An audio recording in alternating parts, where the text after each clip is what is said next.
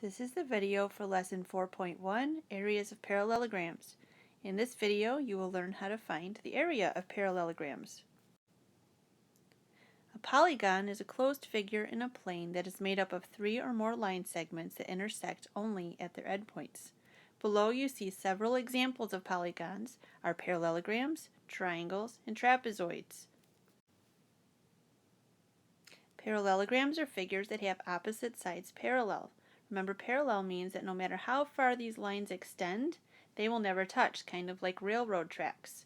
They could include squares or rectangles, or figures such as this one right here.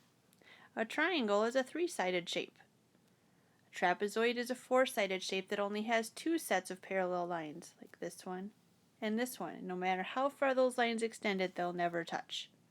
The other two lines are not parallel. In this section, we're going to learn how to find the area of a parallelogram.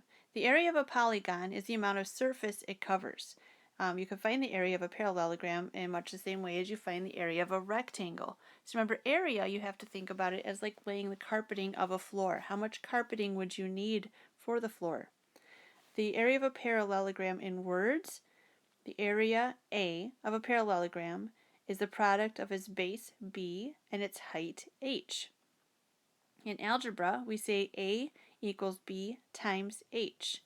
If you look at this picture here, base usually goes left to right on the bottom or the top, and the height is always perpendicular to that. This little square here means that this line going this way is perpendicular to this line going this way. Perpendicular means that it meets at a right or a 90-degree angle. So to find the area, we find the length of that base, and we multiply it by the length of whatever that height is. Every time we find the area of any figure, we are going to start by writing the formula of the area for that figure.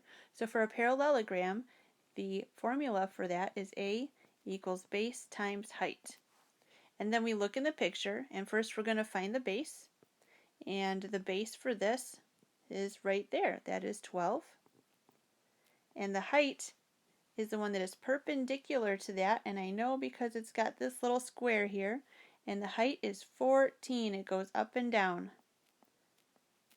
And then I multiply those two numbers together.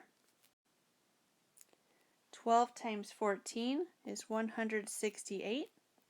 And we always need units. So this is given to us in meters, but meters times meters is going to be meters squared. You could also write this as square meters if you chose. So I'm going to go to example 1b. I'm going to start off the same way, writing my formula, A equals b times h. I'm going to look in my picture for the base.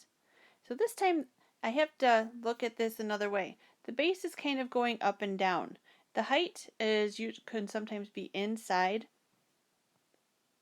our picture. So in this case, the base is going to be 8.5. So I can leave this as a fraction, or if you're more comfortable with decimals, you would know that 8.5 is the same as 8 5/10, or 8.5. I don't mind fractions, so I'll leave it that way. Times my height is 4. And now I just multiply those two together, and I get 34. This time my units are in feet. Feet squared, or again, you could also write square feet, but you always have to write units for area. Another way you're going to be asked to find the area is just from a grid like this, where they don't tell you the units.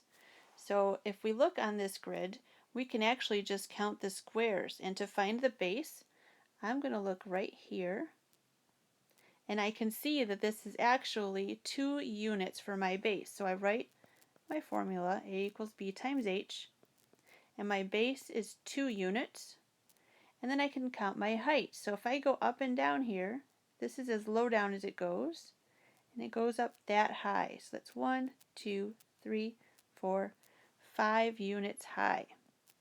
2 times 5 is 10, And then for my units, I'm just going to, it doesn't tell me feet or meters or anything else.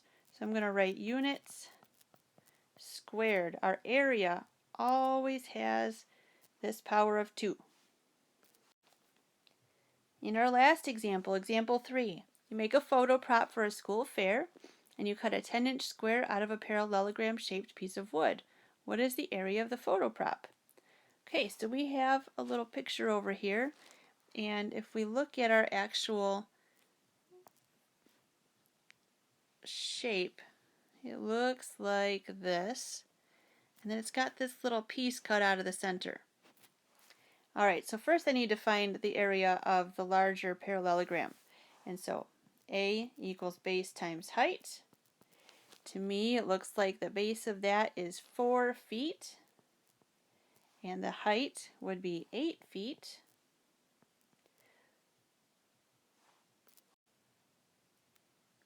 Four times 8 is 32. And then my units are feet squared.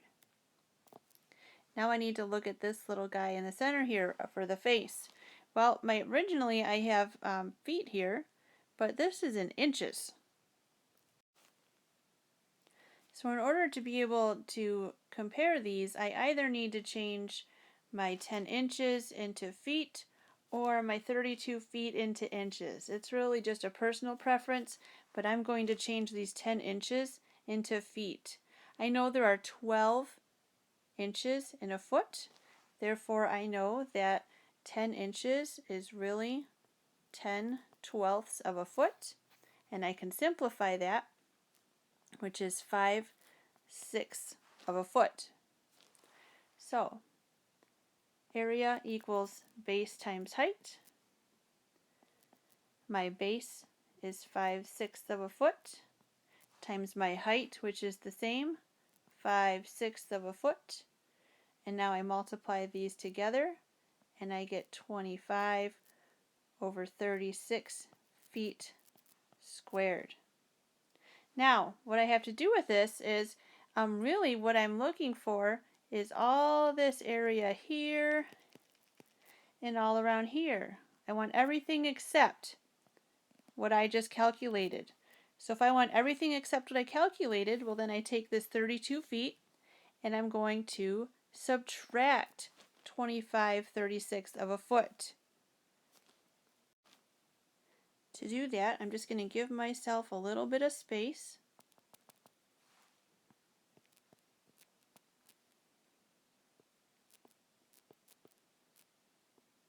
Because I need to do some borrowing here. So I'm going to change this into 31 and change this into 36 over 36, because this is still 32 total feet here. I have just changed one whole into a whole fraction. So if I subtract, these have a common denominator now, and if I subtract 36 minus 25, I now have 11/36, and then 31 minus nothing is 31, and I still have feet squared. So that's the area of the entire photo prop.